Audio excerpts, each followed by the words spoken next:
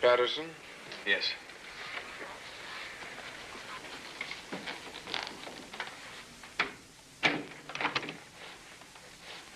I'm Weber, the house proctor.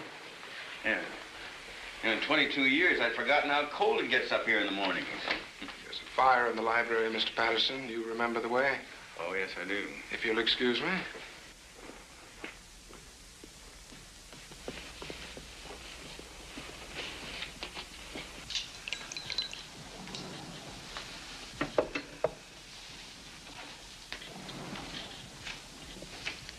Andy?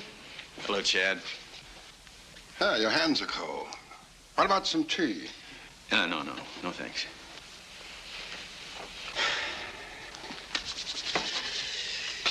Hey, it's a wild idea, initiation at sunrise, isn't it? Not so wild. The early brothers sailed on the dawn tide. Well, they were tough birds in those days. You're tougher than you give yourself credit for.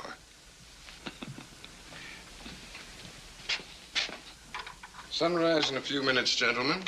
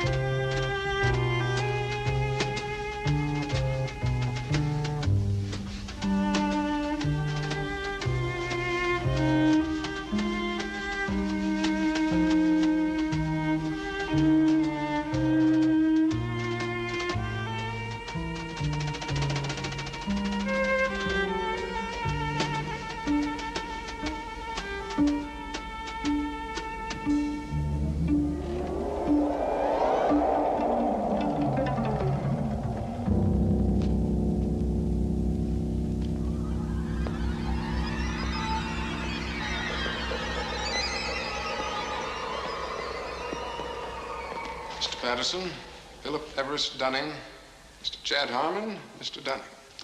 Mr. Dunning, the articles and letters of the Brotherhood.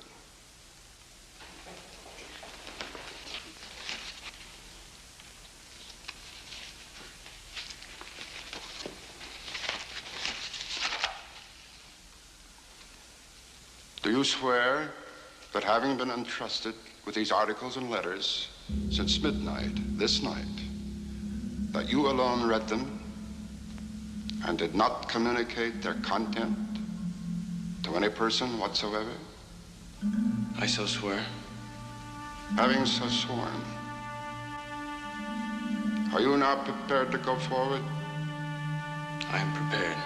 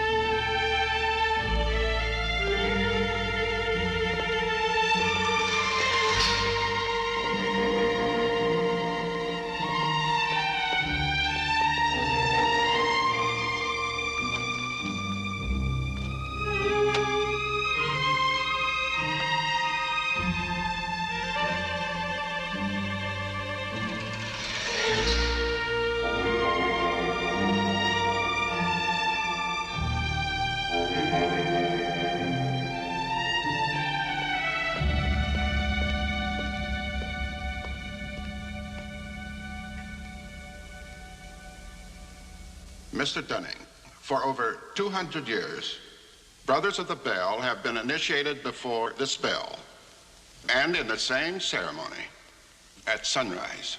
22 years ago, Mr. Patterson stood due east in your place, and I became his senior, as Mr. Patterson is now yours. One day, Mr. Patterson will stand due south, and he will induct a Brother of the Bell, and you will become senior. See, in this fashion does the Brotherhood express its continuity. It will continue long after all of us are dead. But that continuity depends upon one thing: obedience. Absolute obedience. If and when you are ever called upon by Mr. Patterson to pay your due bill, you must comply, whatever is asked of you. Well, that bill may come due tomorrow, in 20 years, or never. It'll not be a matter of money.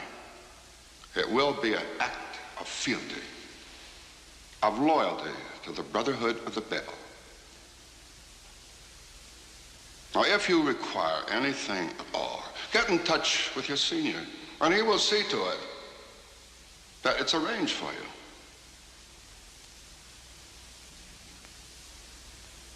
Are you ready for the oath? I am. The oath, gentlemen. I, Chad Conrad, Dunning, do swear in absolute faith that I shall reveal no secret of the Brotherhood of the Bell, that I shall respect my brothers and myself, that I will act as they desire, secure their interests as if they were my own.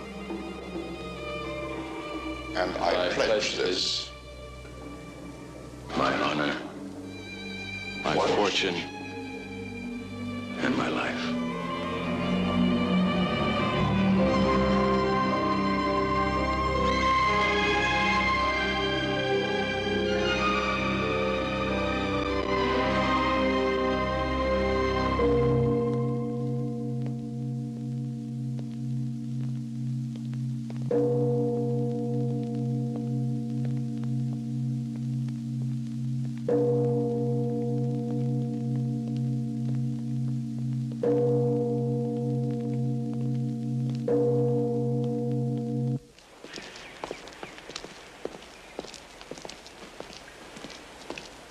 Andy, are you spending the day in San Francisco? Oh, no, I have to make the afternoon flight home. It's a pity, really. Thought we might have lunch together. Oh, by the way, drop in at this address before you leave. Oh, excuse me.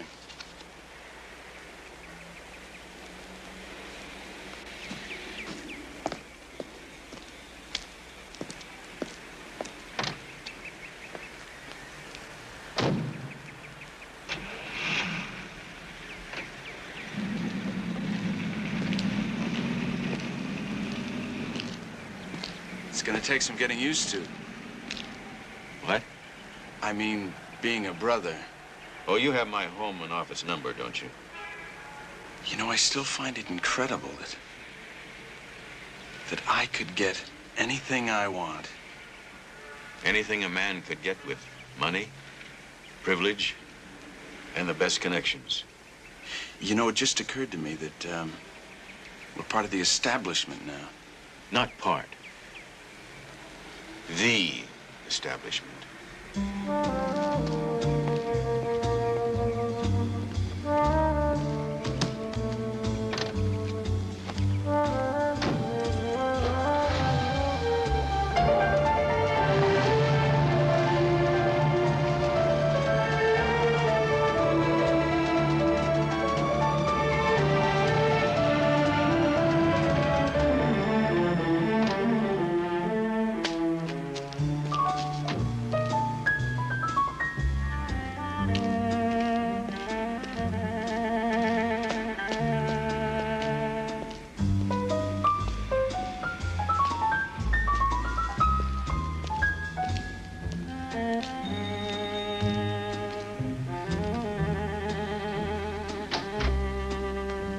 name is Patterson. I believe I'm expected.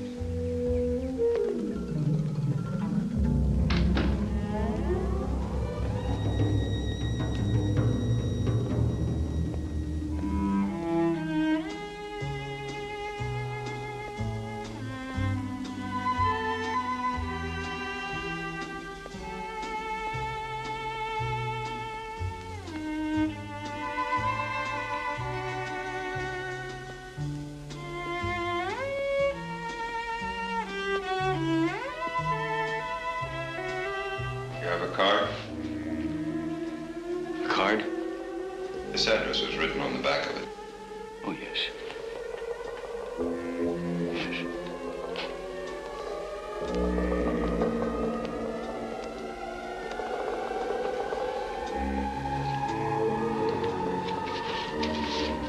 An assignment from the Bell for you. This has materials which will assist you in the completion of that assignment.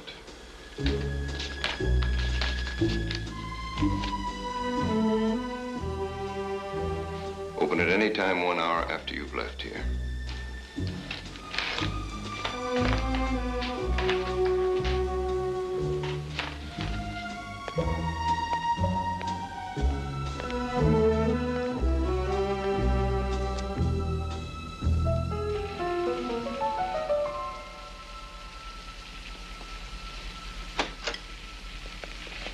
Andy, I'm delighted you could have lunch with me before leaving. Sit down.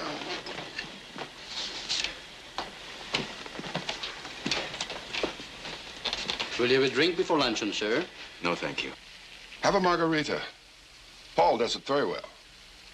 On second thought, perhaps a straight scotch. No, thank you. We're having sand dabs today. A small salad with lemon and oil dressing? Yes, all right. I'll be fine, thank you. Andy, calm now. Do you know what my assignment is? Oh?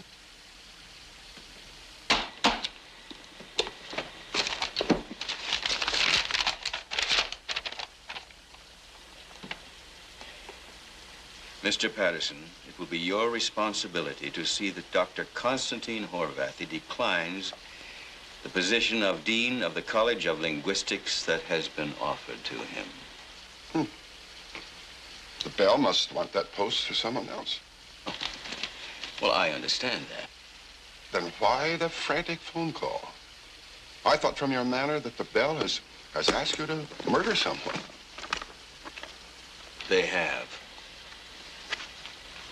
The Bell has given me this file on Dr. Horvathy that contains the names, addresses, and descriptions of every person that assisted him to defect 2 years ago. This file is the death sentence for over 30 human beings if I send it to his country's embassy. Well, I presume Dr. Horvathy will see that as quickly as you, so you needn't use the dossier at all. Do you think I could send it if he refused to step down? Do you? Andy, your presence at the initiation this morning was no accident. It was a reminder of your vows of obedience. So if it comes to that, you will, yes. But why look at the worst of it?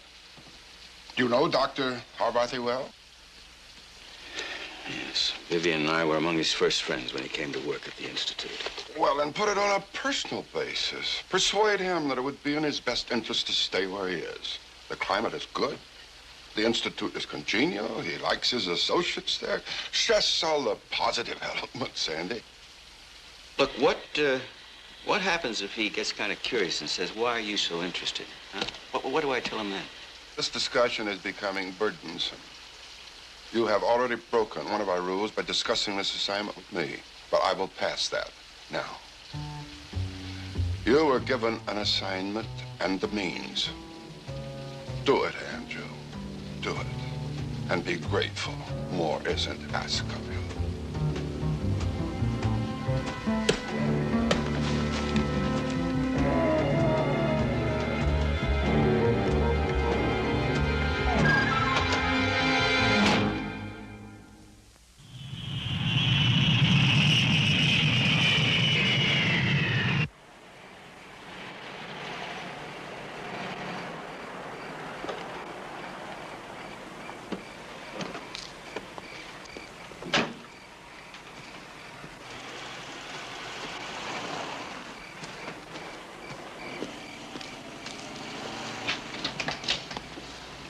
Andy, I'm in the kitchen. Yes, Dad, and you just got home. Oh, I don't know, some alumni meeting or something up at St. George. Did I tell you about the new tennis trophy? Hideous. Hi, darling. Smooth trip? Listen, Dad, Andy looks hungry. Okay. Yes, I will. Night, dear. Hi. Oh, darling. Listen, I'm going to go wash up, and then I'll have something to eat. Oh, don't be silly. Wash here and tell me all about the old school. All right.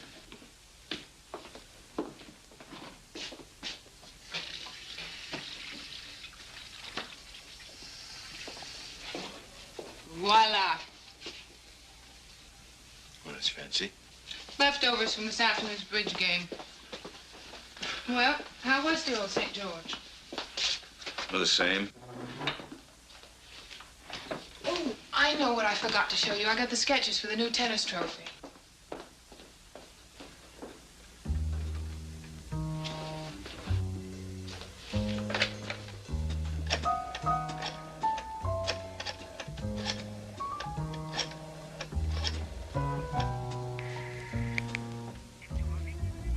Professor Horvathy, please.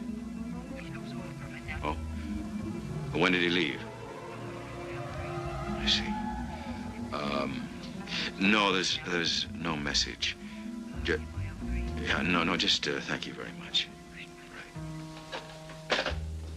Andy, I can't find him. Hey, listen, I gotta go to a briefing tonight. Something about micrographics or, I don't know. Oh, you're kidding. Well, Jerry Fielder would like a full turnout, seeing as, I'm senior staff member. I sort of have to. I'll go put on my faculty wife uniform. Well, honey, you don't have to go. I know what the otherwise think of me, and, I think I just may show up tonight and shock them.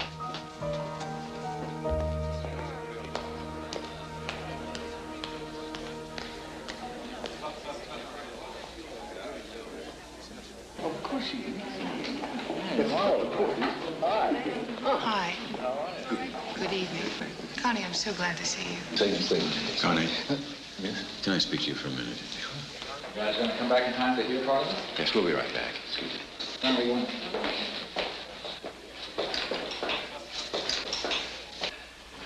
I am going to miss you all terribly. Well, why leave? Yeah, why leave? Andy, you are a good friend, a dear friend. You know, for a man of my age, a European, it is almost impossible to make a new friend. Seriously. That is why I prize you so much. You have told me at least a dozen times how much you like the Institute, you like the climate, you like the staff, the surroundings. Please, Andy. I mean, you're not going to like it back east. I mean, it's not like you're trying to prove anything.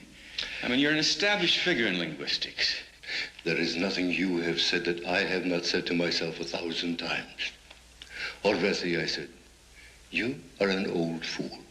How many times have the roots of your life been torn up? In the 20s, the Depression, unrest, revolution. In the 30s, fascists, Nazis. In the 40s, the war. And in the 50s, the communists. Come, let's go back inside. Constantine, listen. As a vital, personal favor to me, pass up the appointment. What? Pass it up. I promise you'll have a more important opportunity. Do you realize what you are saying? There is nothing more important. Please, I beg you. Why does it matter to you so much? Why are you begging? I can't tell you. Please, on faith. Please, trust me. No. Reasons. You have given me no reasons yet.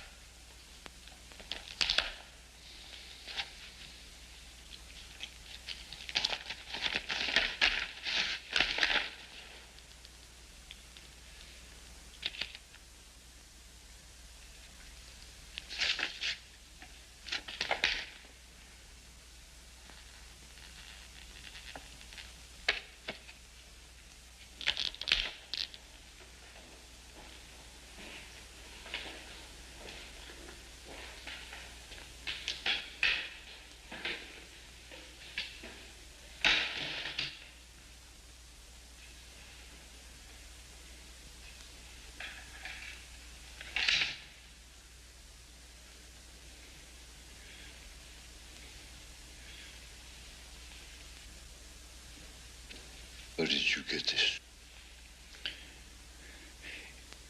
If you fail to turn down that appointment, that list will be sent to people who will use it. Do you realize what you are saying?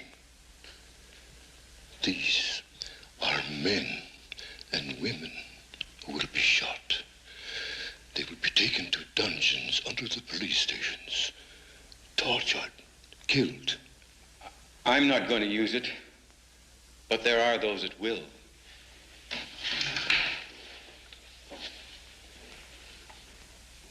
Who are you? How much did they pay you for this? How could they pay you? How? You don't understand. Now, please, please, don't make up your mind right now. Think about it.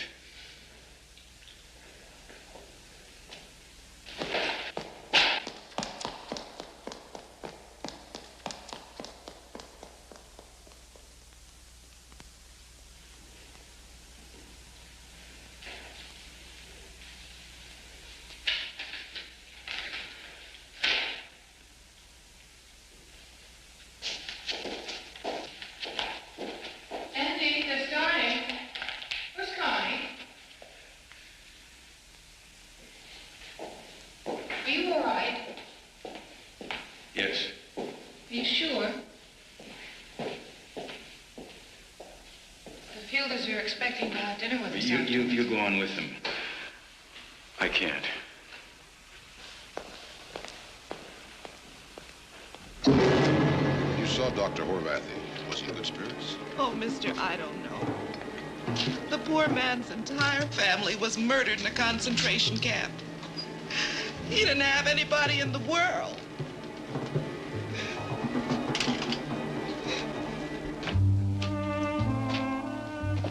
What is it? What happened? He wouldn't tell me anything until you came down. We were told that you knew Dr. 𝓜𝓵𝓼 very well. What do you mean, knew him? He was found dead this morning.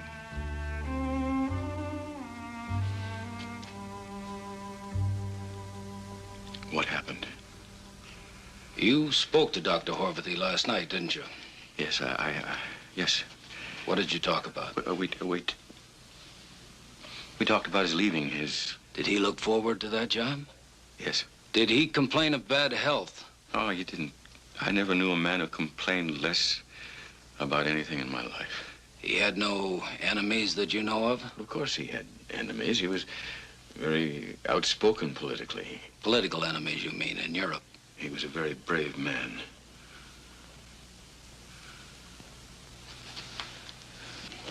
Is that all? Yes. Thank you, Professor Patterson. Have you any idea why? He left a note. I have no place left to go. It is too late to start again.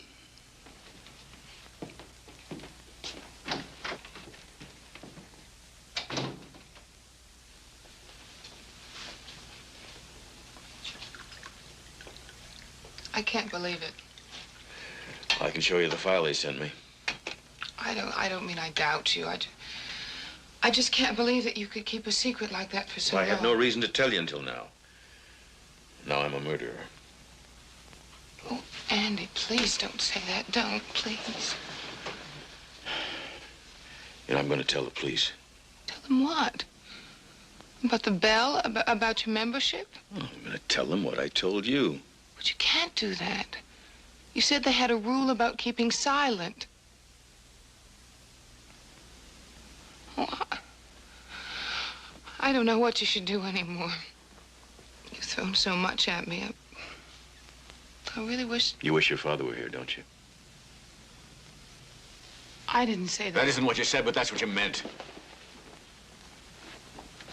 If that's meant to be sarcasm, then just remember that you lied to me for 12 years. By omission, if nothing else. Oh, I didn't mean to say that. Listen, Andy, Dad is not a child. He's a man of wide experience, and you respect him, don't you? I know he respects Look, you. what do you want me to do? Tell him what you told me. If you don't like his advice, you just do what you think is best. I have as much at stake as you do.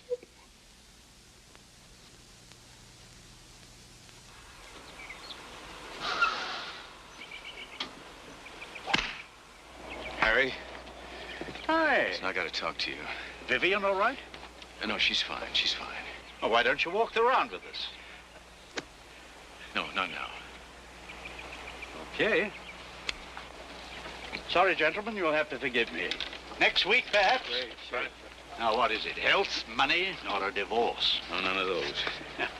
Well, it can't be anything too serious, sir. What did you do with those papers? Oh, I have them right here with me. I'm gonna turn them over to the police. Look, if this fraternity is as big and important as you say, and I'm not doubting you, Andy, believe me, wouldn't you do better to go to the federal government? I mean, rather than some local police department. I have a friend in the Federal Security Service. No, I hadn't thought about that. No, but you're right. I have a good idea from time to time. Listen, Harry, I gotta tell you something. I know that in the past, Vivian's the baby in our family. I expect she'll go on turning to me when the pressure's on, as she has done since the day her mother died. But I don't want to get in your way, Andy. Truly, I never have wanted that. You see, I don't blame her, for not trusting me.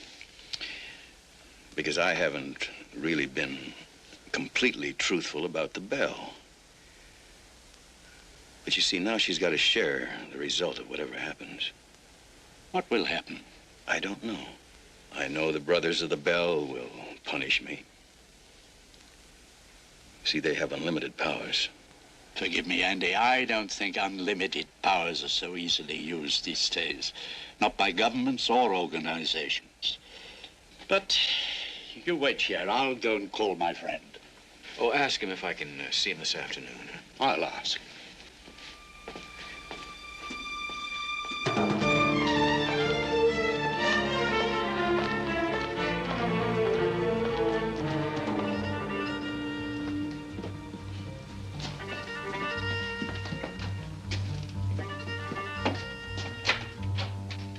There. My son-in-law, Andrew Patterson. Andy, Thaddeus Burns. How do you do? How do you do? Well, Washington doesn't waste money on office decor. This is a cover office. After we go, no one knows why we've been here. Sit down, Professor. Thank you. Harry? Thank you. Tell me about this secret society you belong to. Well, they call themselves the Brothers of the Bell. I was recruited when I was a senior at St. George. It's a very old organization. It must be, I think it's about 200 years old. Founded in Massachusetts. In Massachusetts Bay Colony, to be exact. Its two founders were Jonathan Bridger and Caleb Hampton. You know about it? Would you excuse us, Harry? Shall I wait? Listen, Harry, I want to thank you for everything you've done. It's... Anything I can do to help, anything at all, call on me. Thanks a lot. Ed.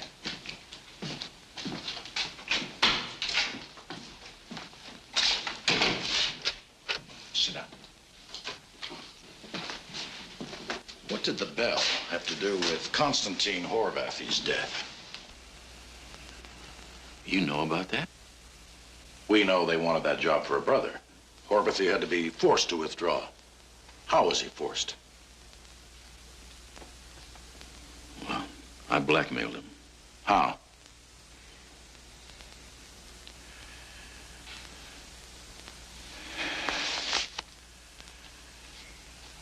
With this list.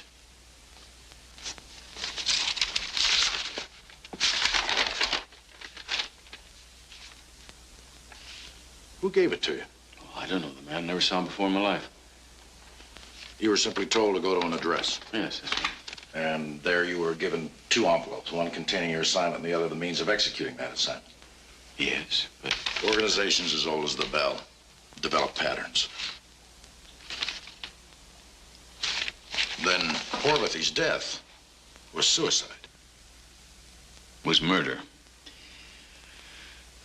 And I was responsible. We don't deal with moral judgment, Professor. Technically, you could be charged with blackmail, unlawful possession of government documents, conspiracy, criminal syndicalism. But I don't think my office will make any recommendation to the Attorney General in your case. Look, I don't understand. If you have the Bell under investigation, you... We'll recommend indictments when we have a solid case against them. Stuff like this and a deposition from you will get us there in time. I'm going to ask you to go home, Professor. Continue with your normal affairs. We'll be in touch with you to get your deposition. But until we instruct you otherwise, say nothing, do nothing, publicly or privately, or you'll compromise our investigation. Do you understand? Yes, I understand.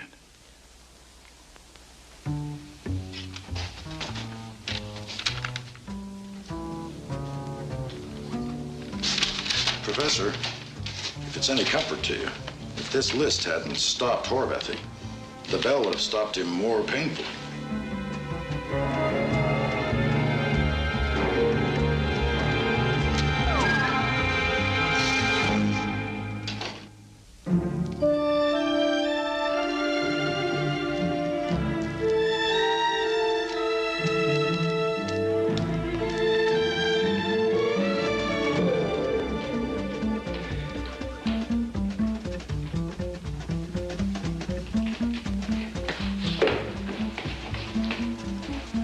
Told me you were going to paint my office. Didn't know about it myself till last night, Professor.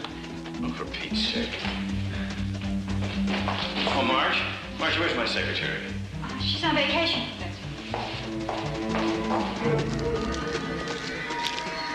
Jerry?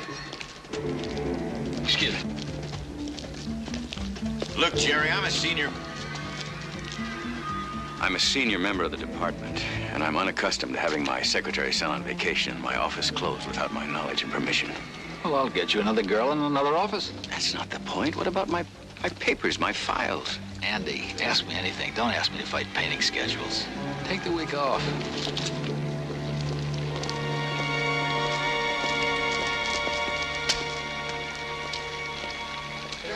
How about if we Turners? No. Turners.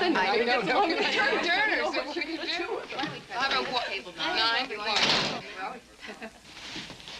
1. Andy, what are you doing home?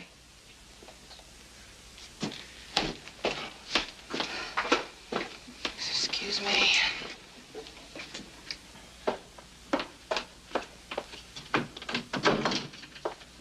Andy, what's the matter? What are they doing out there? Keep your voice down. For the committee for the Junior League ball. Are you serious? I do it every year. I don't understand you. I really don't understand you. There's a man dead just 2 days. He's dead because I killed him, and you're out there worrying about who's going to sit next to who at some silly country club dance. What else do you want me to do? Well, I sure don't expect us to go on living the empty life we have been living, that's for sure. You went to the Institute to work today. I went there because I wanted to get out of the house and not think. So I just didn't want to think. Oh, I see. You want me to sit here and think. What do you want me to do? I've known these people all my life. Do you want me to go in there and tell them why I can't pay attention to the Junior League? Darling, Professor 𝓜𝓵𝓼 was a dear, sweet man, and I'm sorry he's dead. But I can't accept the idea that it was your fault. And I won't accept the idea that it was mine. Look, I know it's not your fault. I know that. I guess I can't expect you to not go on living your life the way you always have. But I can't. Don't you see, I just can't.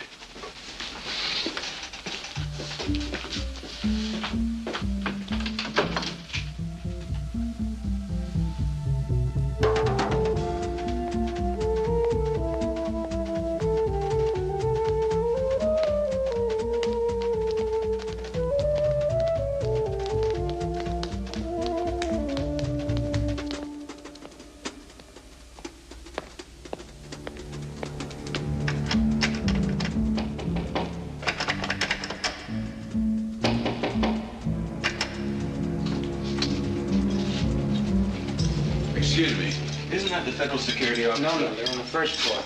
We just don't have an agent by the name of Thaddeus Burns in this office. I don't understand that. I spoke to him here. When you say here, what exactly do you mean? Was it on this floor? No, it was on the third floor. Yeah. Did you? But it was in this building. Or did you go through a receptionist to get to him? No, I didn't. It was what they call a cover office. What kind of office? A cover office. An office you use when you want to talk to people who don't want to be seen coming into government buildings. Well, when we use offices like that, we don't put them in federal buildings, and we don't call them cover offices. This is my ID card. Now, this identifies me as a special agent for the federal government. Did he show you a card like this? No, he didn't. Well, what makes you think he was an agent? My father-in-law told me he was. He introduced him to me as though he were an agent. I talked to him as though he were an agent. Who's your father-in-law? Harry Masters. Maybe you know him. He's president of the Pacific Realty Investments. Mm-hmm. Excuse me. Yeah, could you get me a hold of Mr. Harry Masters of Pacific Realty Investments? Investments, that's right. Right, thank you. You don't doubt me, do you? No, you could have the wrong name, could you describe him for me? Well, I can see. What I remember, he was, I think he was about 6 feet tall. I think he had brown eyes. Sort of, kind of stocky-like, and had a very authoritative manner. That's about all I can remember, I'm sorry. Excuse me. Yes, Mr. Masters, this is Agent Shepard of the Federal Security Service. Yes, I have a gentleman in my office here by the name of Andrew Patterson. Mr. Patterson tells me that you brought him here to see an agent by the name of Thaddeus Burns. Mr. Shepard, my son-in-law has been terribly upset over the death of a colleague of his.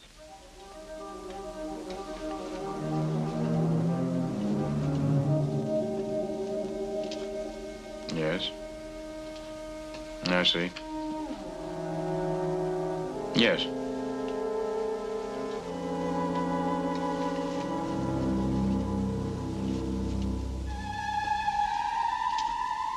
Well, thank you very much. I don't think it'll be necessary for you to come by here. I think you've helped us a great deal. Thank you. Professor Patterson. Yes. Have you ever heard the name Professor 𝓜𝓵𝓼? He was one of my very, very best friends. And I was responsible for his death. Sir, do you mind if I suggest that you just go on home and forget all about this? Forget? Well, there is no Thaddeus Burns, and we have no record of your ever having even been in this building before today. What did my father-in-law say to you on the phone? He said that you were under considerable emotional stress lately, and he thought you could use some rest and relaxation. I see.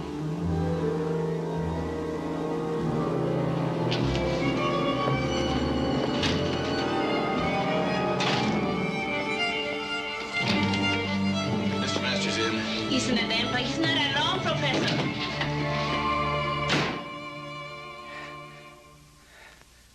Will you kindly tell me what in the hell you told Shepard? Hello, Andy. Want a drink? No, I don't want a drink. Doctor, this is my son-in-law, Professor Patterson.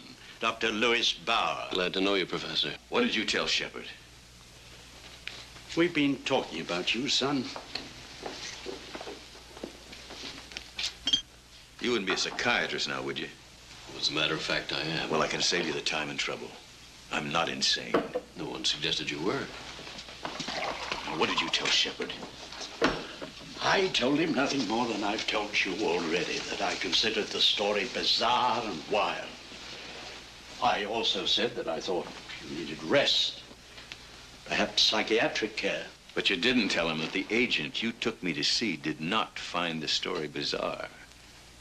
As a matter of fact, he took the file I had to use as evidence. Andy, I thought you'd understood from Mr. Shepard that there was no agent named Burns.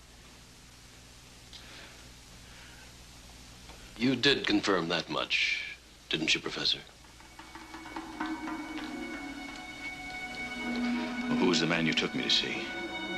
I never took you to see any man. You're a damn liar, Harry.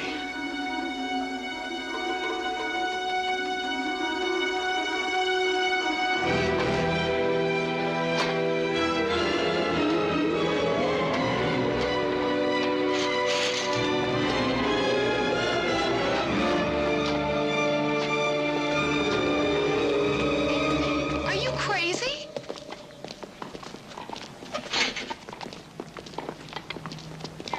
We're in the middle of a thing. Your father took me to the federal building in Los Angeles to meet an agent named Thaddeus Burns. Now, we talked for about 20 minutes. I gave him the file I had, along with my instructions from the Bell. You already told me that. Your father now flatly and absolutely denies he ever took me into any federal building in Los Angeles or that he ever knew any agent by the name of Thaddeus Burns. What? He didn't lie only to me. He lied to the agent I went to see later on. Andy, I don't understand. What do you want? I said your father lied. Why should he? I don't know. Yet. Either he's a brother of the Bell or he's under their control. But he lied. You want to know who I believe? Yeah. That's about it. Andy, you're my husband. I have to believe you. That's not part of the wedding ceremony. You're being impossible. I said I believed you. What more do you want? Look, maybe I want a little more conviction, right? 72 hours ago, you opened a secret part of your life and told me a wild story. Ever since then, it's been one thing after another. Now you call my father a liar, and you accuse him of being part of a conspiracy. All right, maybe he is. Andy, you've got to give me a chance to adjust myself. I can't make instant changes in the way I think and feel. Time. That's all I ask.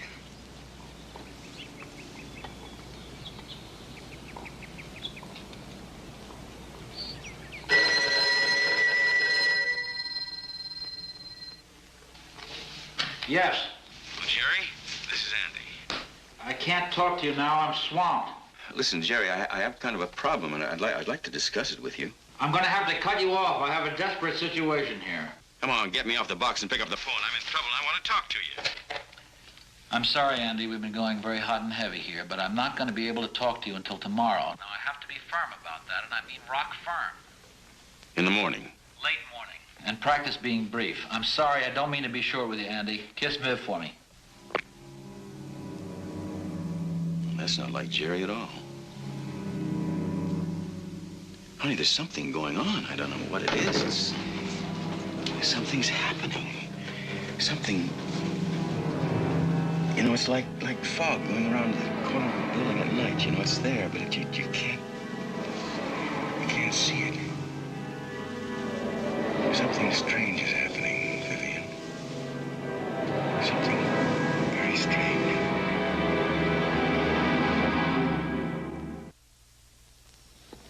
I'm sorry that I was so abrupt last night, Andy. We were on the panic button here. Panic?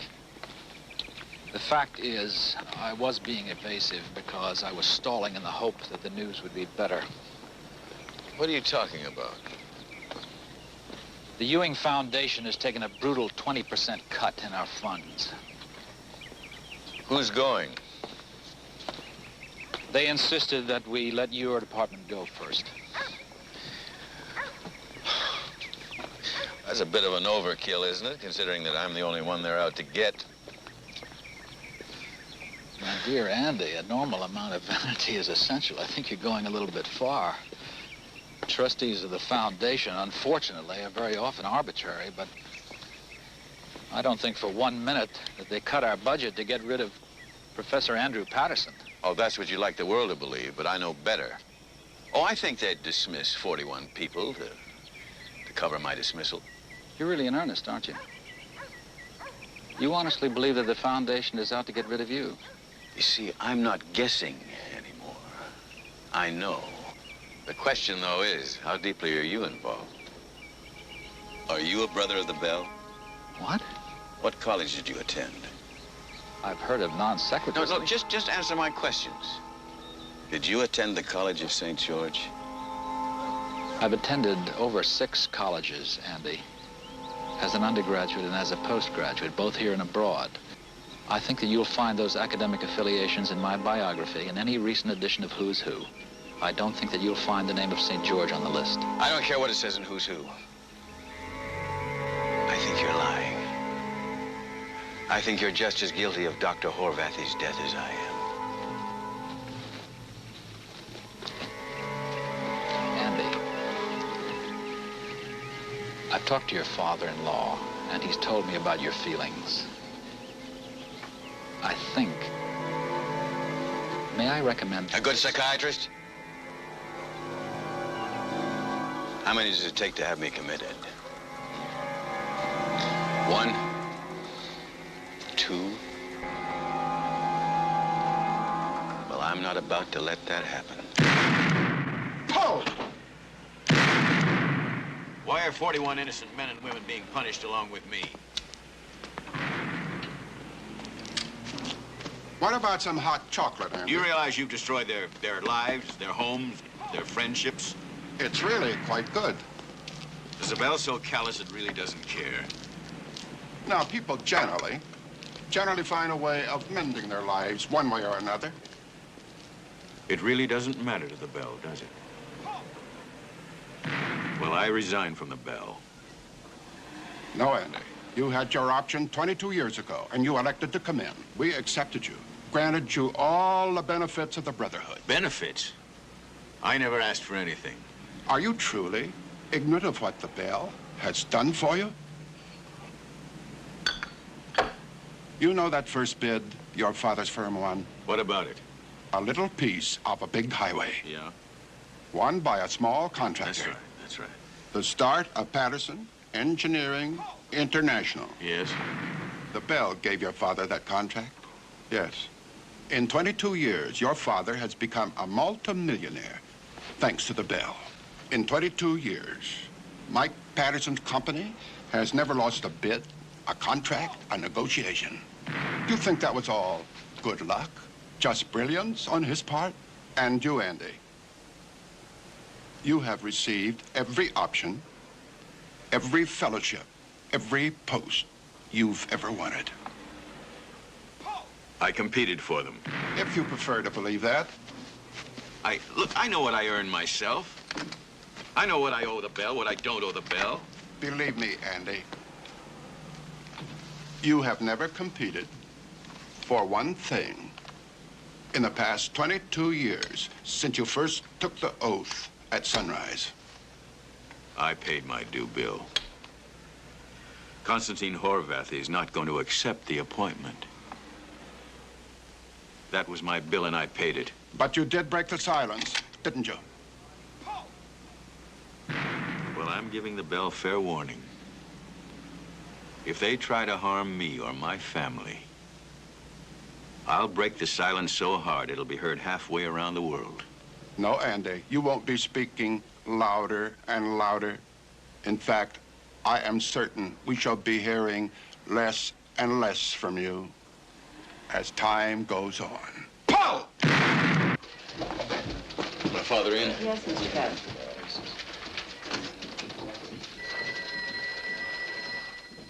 You're telling me that I didn't build this company? You remember what you told me when you sent me off to college? Know the right people and you can go anywhere? And the right people send their sons to St. George? Well, that was only an expression. No, you were right. Oh, you were absolutely right, because that is the place where you joined the Bell, and the Bell made you a millionaire. Well, this generation gap is too much for me. I'm accustomed to kids who hate the world they didn't make, but you're telling me that I didn't make it? That you had it made for me, as if I were some sort of a zombie, or if I were the son and you were the father? Look, I don't mean to put you down or demean the work you've put into this firm, but the Bell made this family rich, and the Bell's out to destroy me. You don't believe me, do you? Oh, come off of it, Andy. Have I ever doubted your honesty? Your sanity, perhaps, but you wouldn't lie to your old man unless you were crazy. Are you? Do I look it? No. No, you don't. But you're putting a powerful strain on my mind. Well, you've heard of insiders dealing with each other, haven't you? Well, sure I have. And I've seen it. Can you imagine the amount of smug, self-satisfied, fat cat feelings they must enjoy to have the gall to tell us what to do? Well, I'll see him in hell before I'll let him get away with this. What are you going to do? Well, I've helped in the election of a couple of congressmen and a senator or two. They'll find out they're not dealing with shoe clerks. Now, wait a minute. You won't know who you're talking to. Now, I haven't figured out yet how to fight them, but I know I can't play their game. All that behind-the-scenes influence. You see, it's just too powerful. But believe me, I'm going to fight them. And I'd like you to sort of stand by and be my reserve. I suppose that's a polite way of telling me not to stick my nose into it, hmm? Without letting my Irish carry me away? My flesh? My blood? My fight? Yes. But let me start. And if I need help, I'll call on you. If you need help, you call on me. But don't try to fight them alone, because I know them better than you do.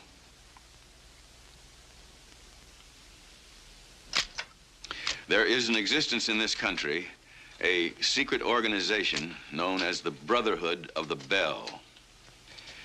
I was a member of that organization for 22 years. And as a member, I was ordered to blackmail Professor Constantine 𝓜𝓵𝓼. An act which I'm ashamed to say I committed. Now, as a result of that blackmail, Professor 𝓜𝓵𝓼 committed suicide. So you see, I was really an accessory to the crime of murder. Now, I accuse as my accomplices Chad Harmon of San Francisco and the Brothers of the Bell. All right, stand by. Coming up on 2 in 2 seconds. 1, 2. Take it, Q. Harold. Professor Patterson would offer no names except his own and financier Chad Harmon. District Attorney Avery Hazelton was interviewed by Ed Larksburg of the 6 o'clock news. If the blackmail took place, if Dr. 𝓜𝓵𝓼's death was a result of such blackmail, we'll present the facts to the grand jury and make a suitable indictment. But you have Professor Patterson's own confession. I've been a police officer and a district attorney for many years. Lots of people confess to crimes of which they're not guilty. Then are you suggesting that Professor Patterson is not responsible for what he is saying? All I'm saying is that the existence of a super-secret organization, the kind of white Anglo-Saxon Protestant mafia of rich, influential men, is a bit lurid for my taste. Q. Harold. Meanwhile, in San Francisco, financier Chad Harmon, named by Professor Patterson as co-conspirator in the alleged secret society, was asked about his alleged connection in the Brothers of the Bell. But you did attend the College of St. George. Sure, 40 years ago, one semester. And I am a member of Beta Epsilon Lambda. And I have been in the so-called secret chamber at the Bell. Now, this is a room which contains some priceless antiques. You see, St. George's is one of 18 chapters. And I don't know really what the total membership is. 40,000 members, nationally. Well, anytime 40,000 people can keep it secret for 22 years, I would consider that something of a miracle, wouldn't you? Professor Patterson does not say that all members of the fraternity are Brothers of the Bell. He claims the Brotherhood is a very small, highly selective secret organization of which you and he are members. Well, it must be terribly secret because I wasn't even aware I was a member. Professor Patterson claims that you accompanied him to the Federal Security Service. I did not. The government will confirm that. I believe they already have. What did you do when you heard your son-in-law's account of the conspiracy of the Bell? I consulted with a reputable psychiatrist to discover if Andrew needed help. Well, at least that part of it is true. How many times did the police say to let it ring before we answered it? 4 times. Gives the police a chance to monitor the call.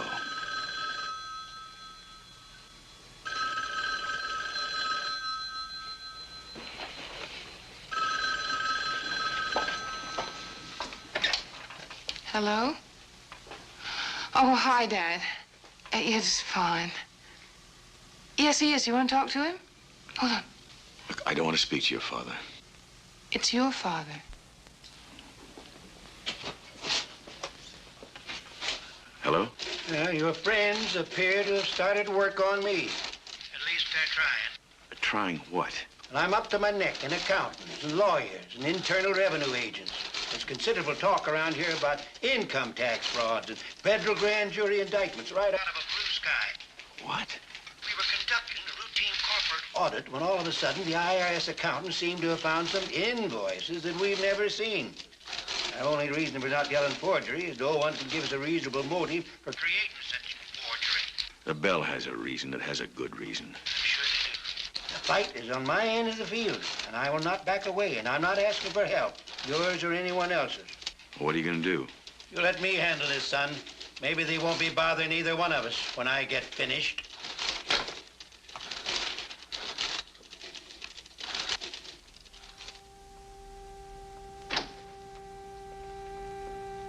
Mike, what are you doing here? Harry, would you do me a favor and see that we aren't disturbed? Will you lock that door now?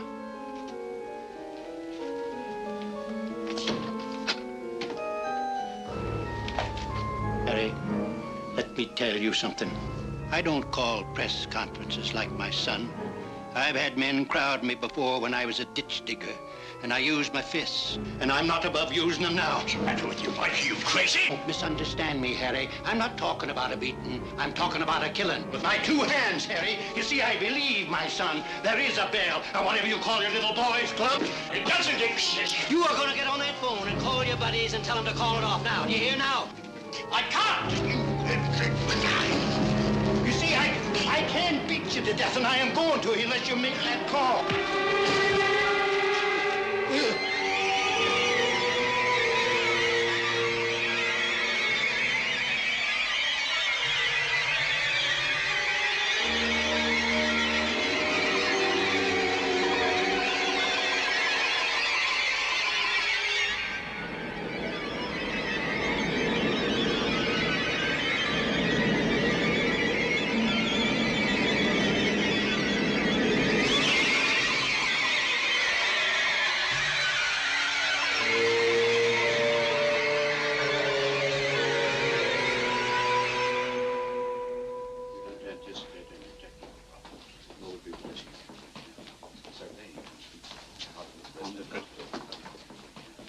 I'm Andrew Patterson. How's my father? As I was telling Mr. Masters here... Tell me. Father's had a stroke. Technically, a cerebral hemorrhage. How bad? He's comatose, Mr. Patterson. Now, he wouldn't recognize you, but if you want to see him, wait here. What happened, Dad? I don't think Andy wants to know. Of course he does. Do you? Well, I can guess. He came to get the Bell off our backs. I blame you for this, Andy. Your neurosis drove him to this. You get out of here. You get out of here now. Whatever you may think, Andy, I didn't want this to happen. Truly. I hope he recovers. Call me if you want me.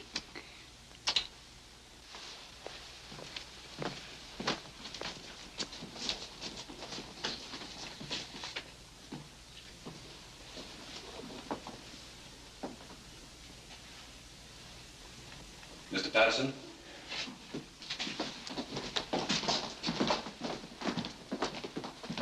Just Mr. Patterson, please.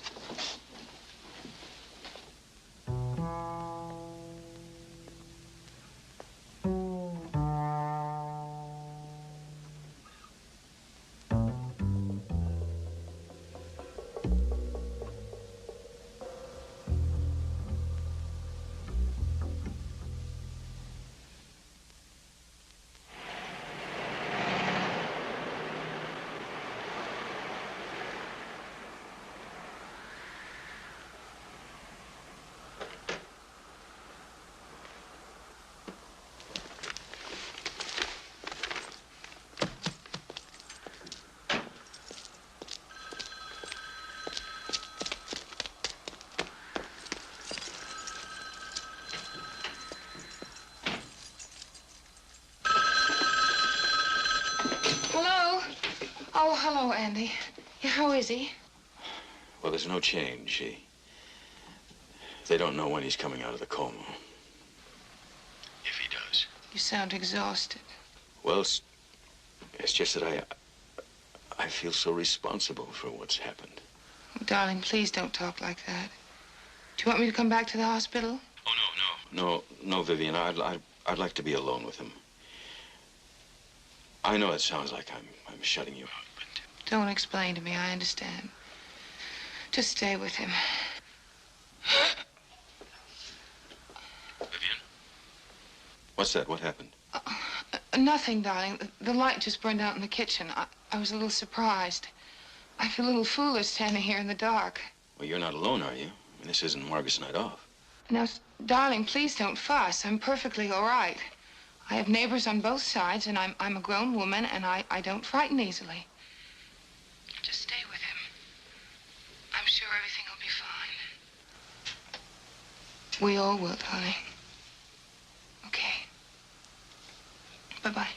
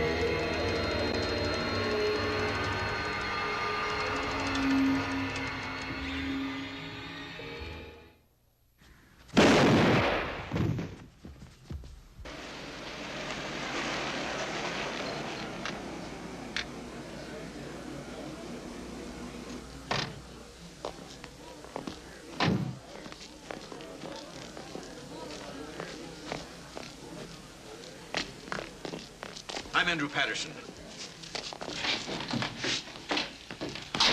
Are you all right? Did they identify the man? Who is he? It's Baxter. Mr. Baxter. Baxter? You mean our next-door neighbor?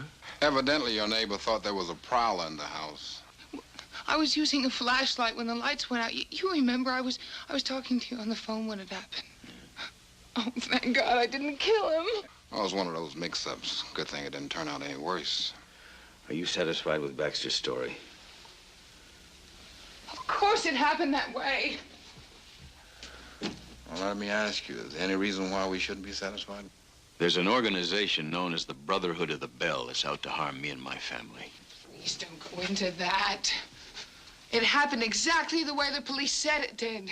It was a mistake. It was a mistake on my part, and it was a mistake on Miss Mr. Baxter's part.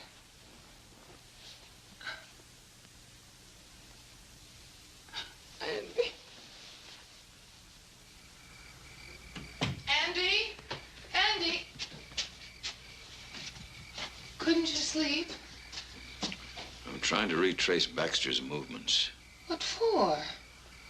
Well, maybe the police believe him, but I don't. I believe him, Andy. Why did you panic? Why did you shoot?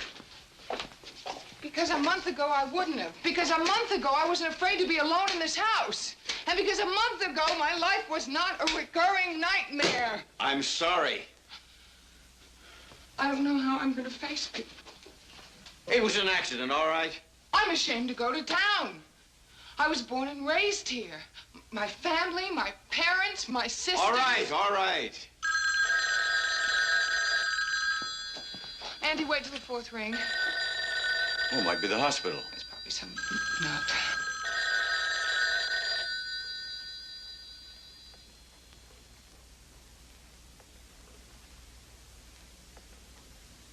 You see, it was.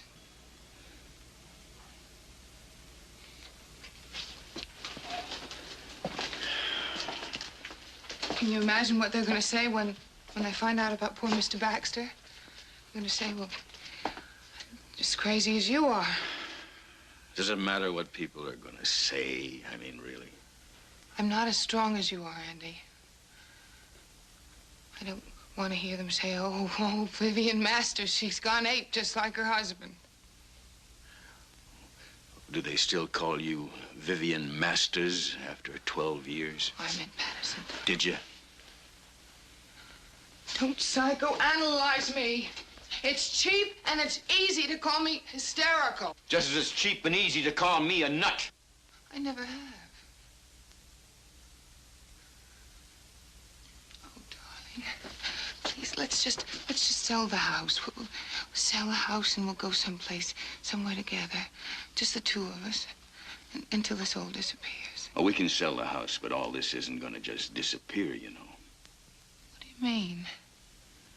Well, I have a couple of television and radio interviews I'm going to give.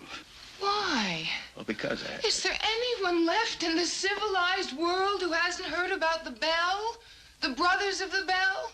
I owe Constantine Horvath a debt. You don't owe him anything. I paid. You want me to pay for the rest of my life? I shot Mr. Baxter. What do I owe him? That was an accident. He bled, didn't he? Is his blood or his flesh any less precious? Well, there's a difference. I don't understand the difference. Oh, you don't? Well, there is.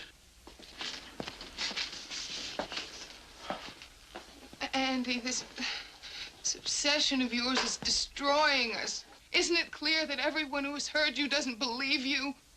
And even the people who believe you don't care. Look, all I know is that I want to hurt them. Vivian, I want to hurt them bad.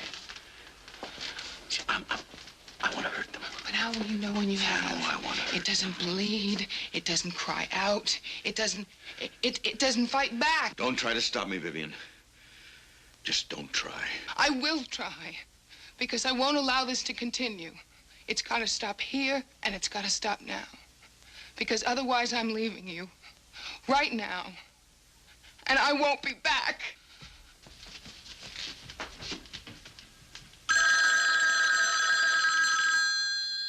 All right, go ahead, you lousy creep.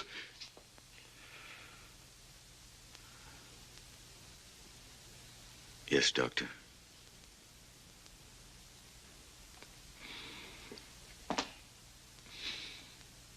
I know you did the best you could. I know. Listen, I'll make the arrangements, you know, all the necessary arrangements. All right.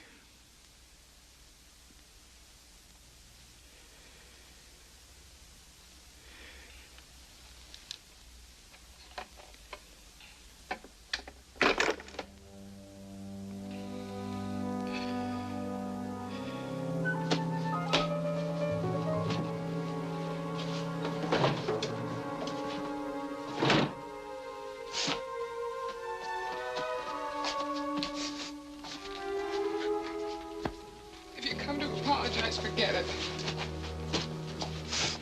Andy, why must you be so stubborn? My father can get you another job if that's what's worrying you.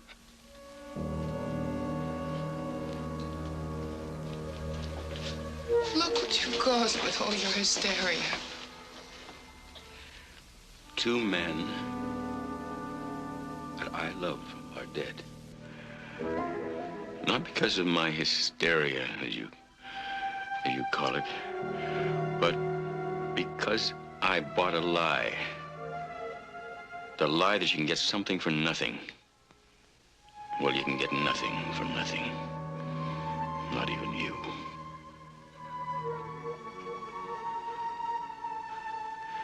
You were given to me just like everything else. Now I have to give you back, and I don't care. I just don't. I don't want you anymore. I don't know what you're talking about. Just get out. Just get out.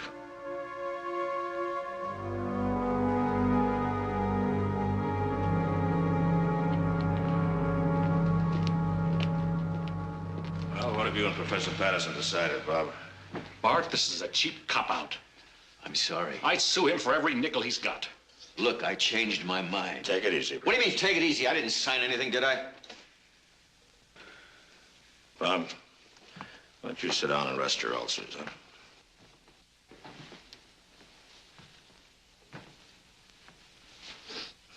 It's now 2.5 hours before showtime. Professor, I want you to tell me why you don't want to appear on my program. And you can level with me. I don't get upset like my producer does. I came down here and I saw what I was getting into. That's why. I know I conduct a sideshow, but that's where I get my audiences from. It's my rating. If you've watched the show over the last few years, you've seen some very important people who have not been afraid to appear with me. A couple of ex-presidents of the United States, some candidates for pretty high office, a Supreme Court justice or two. I will pass over that. I want to tell you something I don't think you realize. Your whole story about the Brothers of the Bell, or whatever you call it, is not newsworthy anymore. The story's pretty well kicked. And nothing new has happened to make anybody sit up and take notice. So if you want attention, you're going to have to be pretty persuasive. You see, the difference now, Professor, is that I don't have to compete with another show for you. You're going to have to convince me that you're worth putting on my show. You know, your father's company's in big trouble. What did the SEC decide about Patterson International stock, Bob? They've suspended trading, pending the trial for the indictment on income tax fraud. The word's around that your house is up for sale. Is that true or false? Yes, I put it up for sale. And that your wife has left you because she thinks you're a kook? Well, we're separated. But the reasons are our business, nobody else's.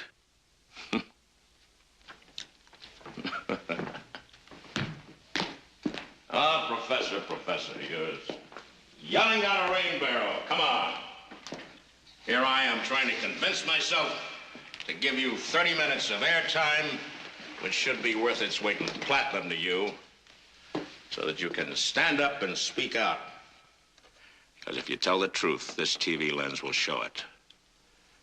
But nothing shows up a phony quicker than this TV lens either, Professor.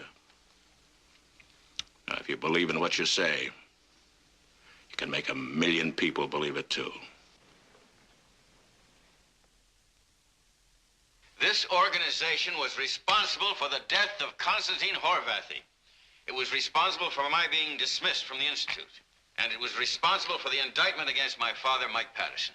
And you persist in these accusations despite the fact that you haven't come up with one shred of evidence, just wait a minute now. And as far as the indictment about my father's concerned, there was evidence that there was forgery in some of those documents. There was forgery in some of those documents. Thank you, Professor. I think we've heard quite enough of your story. And now we're going to open up the forum. Anybody can step down to the little red box and ask any question he likes. We have a gentleman there. All right. Gentleman coming to us. Yes, sir. May we have your name, please? Chief Wabinzi.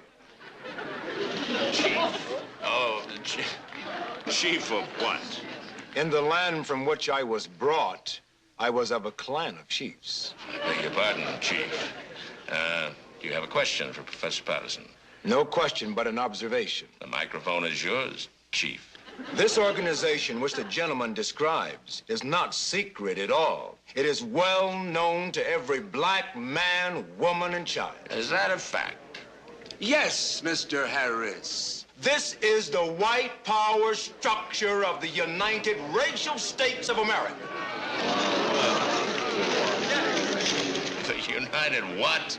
Racial or racist, Mr. Harris? There's only one thing that unites the white people in this country, and that is their racism. And the organization which the gentleman describes is well known to us. Really? Yes, really, Mr. Harrison. You need not take that sarcastic tone with me. I beg your pardon. I wouldn't upset you for the world. I'm awfully sorry. Now, I take it that you understand all about the professor's organization, the Brothers of the Bell. Is that correct, sir? They can call themselves anything they want, but we know essentially what they are. They are the enemies of my people, of my blood. And they have not been a secret to me, Mr. Harris, not for 600 years.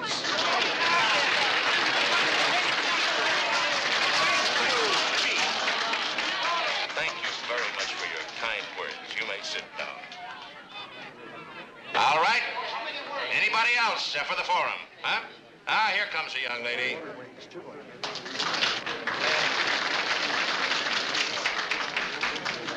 May I have your name, madam? Mr. Harris, may I ask a question of your distinguished guest? Well, certainly you may, but what's your name? Well, Mr. Harris, for reasons which will become evident to you shortly, I cannot give you my full real name. Well, we're going to have to call you something now, aren't we, darling?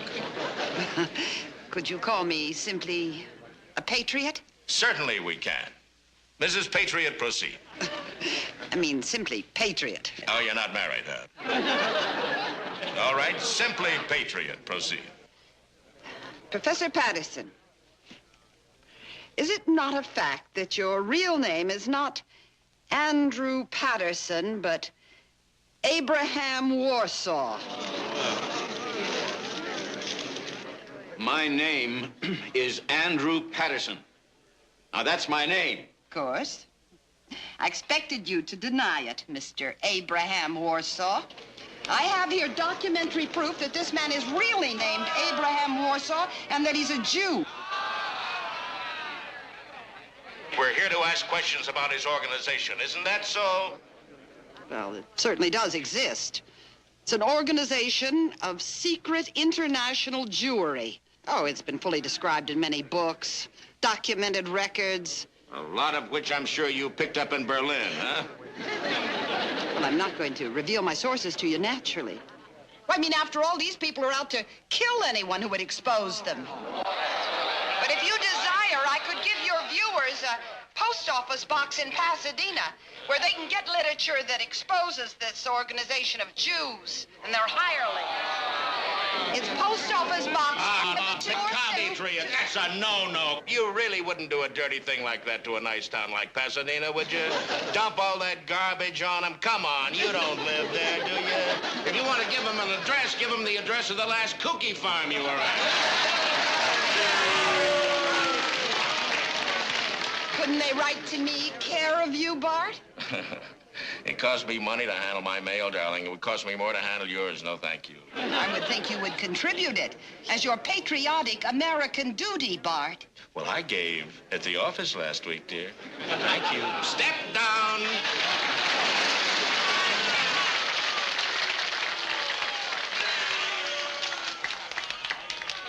All right, quiet down a minute. I want to say something. You want to hear a thought that just occurred to me? I don't think our Professor Patterson is part of a Jewish conspiracy or part of a white power conspiracy. But he is part of a conspiracy. The Brothers of the Bell, I am certain in my mind at this moment, is, in fact, an underground Catholic organization formed by the secret College of Cardinals in Rome, formed to seize political, economic, and religious control of the United States of America.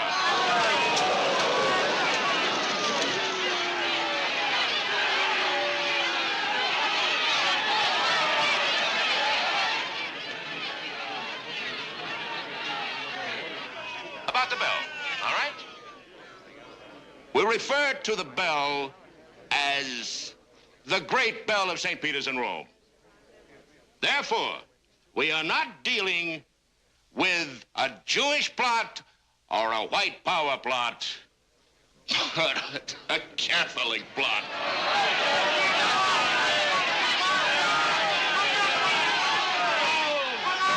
Well, thank you for your observation, Mr. Harris.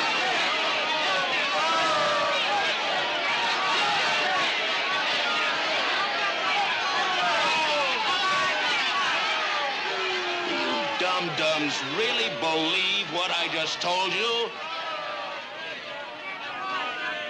Well, I've got one real opinion anyway. And that is that our friend, the professor, is an idiot. Like all you idiots who stumble down to that stupid red box and proclaim conspiracy everywhere you look. The truth of the matter, Professor, is that you lost your job, your wife ran out on you, your father's company faces financial ruin, and your father had to die to escape a jail sentence. Isn't that right? All those things are the work of the bell. Oh, sure they are. Anytime anybody lowers the boom, it's somebody else's fault.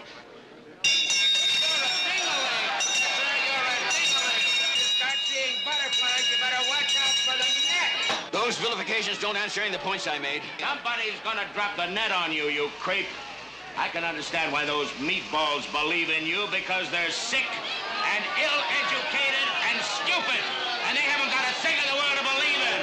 But when somebody as well-educated as you, as fat, as protected, as privileged as you are, starts to yell conspiracy, you make me sick. This country gave you everything you ever had, and you ought to get down on your knees and thank God for every day of your life, rather than throwing garbage on the flag and the government and the decent people who are trying to do what they can to keep it that How way. much did Harmon and his gang, how much did how those brothers pay you to do this? You're making Or are you a accusations. brother too? Did you go to the college of St. George? You answer that question. Yes, these are accusations you're making. These are accusations. I haven't lost a slander suit yet. Did you graduate from the college of St. George? Answer that question. You answer that question.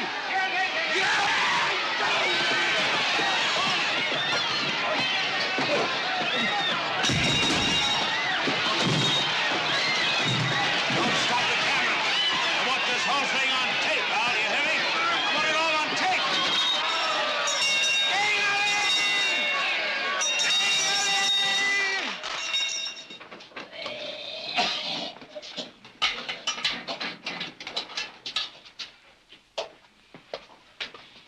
Patterson?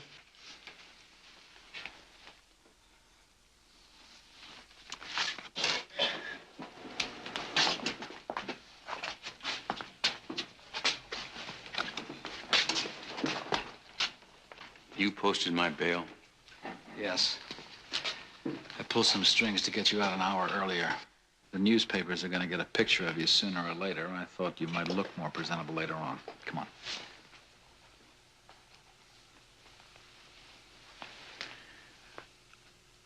I don't know anything about you, Dr. Fielder.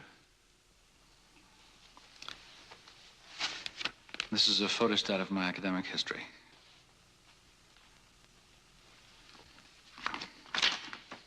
You won't find any mention of the College of St. George.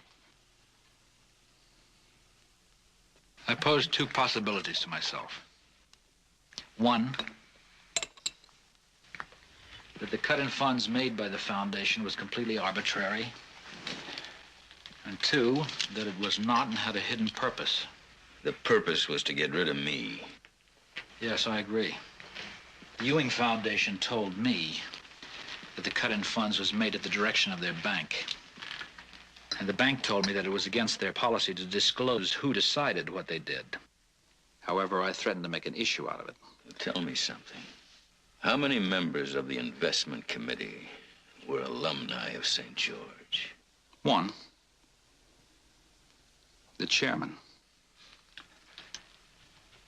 I don't think that constitutes real proof. But I began to get other signals. Such as?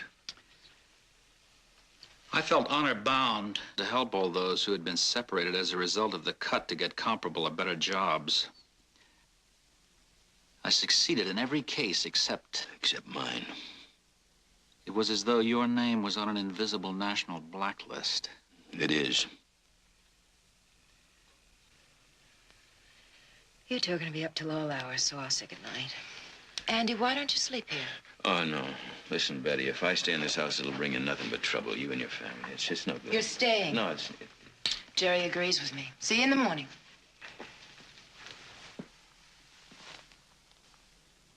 Andy, what it boils down to is this. Can you get somebody to stand up with you and say, yes, I'm a brother of the Bell, too? I suppose I found him. What good would it do? Why should they believe him? They didn't believe me. Well, don't know if it'll work, but it's one of those strange quirks of human psychology. What you hesitate to believe from one person, you will believe from two, especially if the second person has nothing to gain from helping the first. If I just had some place to begin, a clue.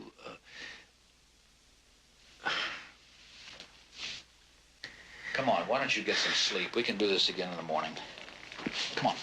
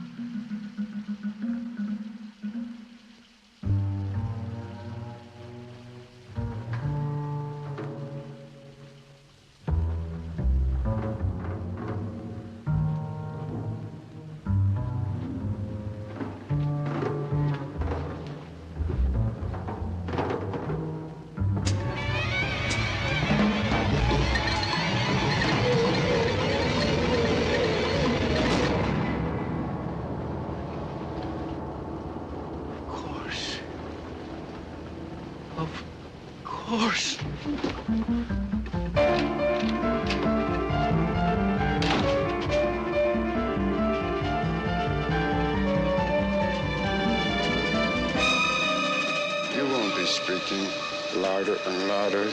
Andy, this obsession of yours is destroying us. I am certain we shall hear less and less from you as time goes on. Isn't it clear that everyone who's heard you doesn't believe you? My flesh, my blood. And even the people who believe you don't care.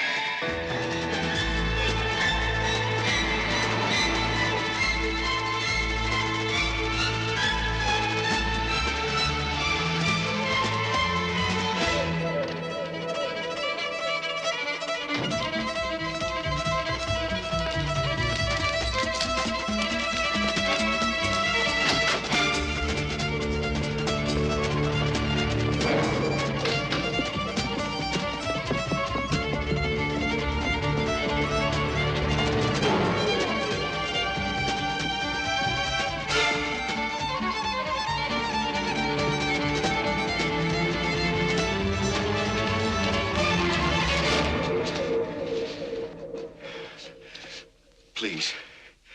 I just want to talk to you, that's all.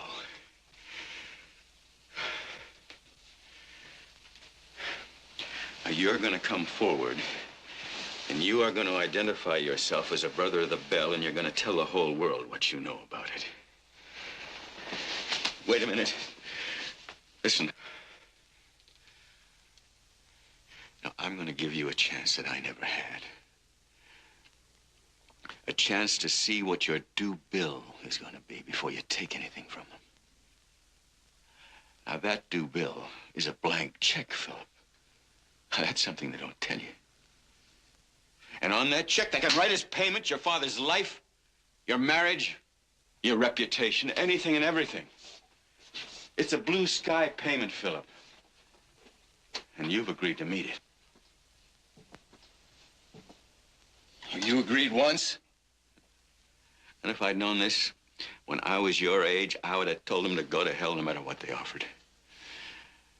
Because whatever I have, I can persuade myself I could have gotten without their help, or I didn't need it. See, I didn't call on them. They called on me, and they will call on you, Philip. And remember, whatever they ask, you are going to have to deliver. Have they told you why they're out to destroy me and everyone around me? Have they? Oh, no, it's not because I refused to make the payment. I made it at the cost of a man's life. And then I sickened of it. I said, no, this is not going to go on. I'm going to stop it. I'm going to break it. I'm at war with them, Philip. You see, you either got to be at war with them or you're in their service. They won't allow anything else. They won't allow, you know, any kind of in-between ground. All right, well, now I won't allow it. As long as I last, I'm your friend. I'm your ally. I'm your way out of the Bell. You see, you don't owe them anything. All that mumbo-jumbo spoken downstairs, that doesn't make you a brother. They've done nothing for you. And you've done nothing for them. And now you can escape them. You can escape them using me. Me is your way out, Philip. But when I'm gone, there'll be no escape. Come with me, and you're free of the Brotherhood. You won't owe them anything. We'll catch the noon plane, you know, to Los Angeles, you and me. You're my last chance, Philip. And I'm your last chance.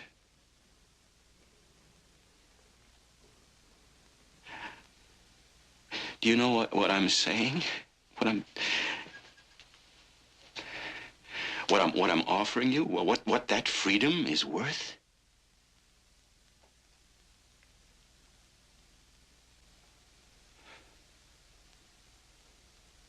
Oh, my